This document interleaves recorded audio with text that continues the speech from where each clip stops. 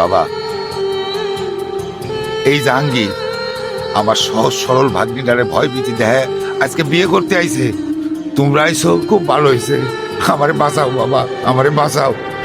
এ বাসাই, তুই আমার লোকে পটি দিতেছস?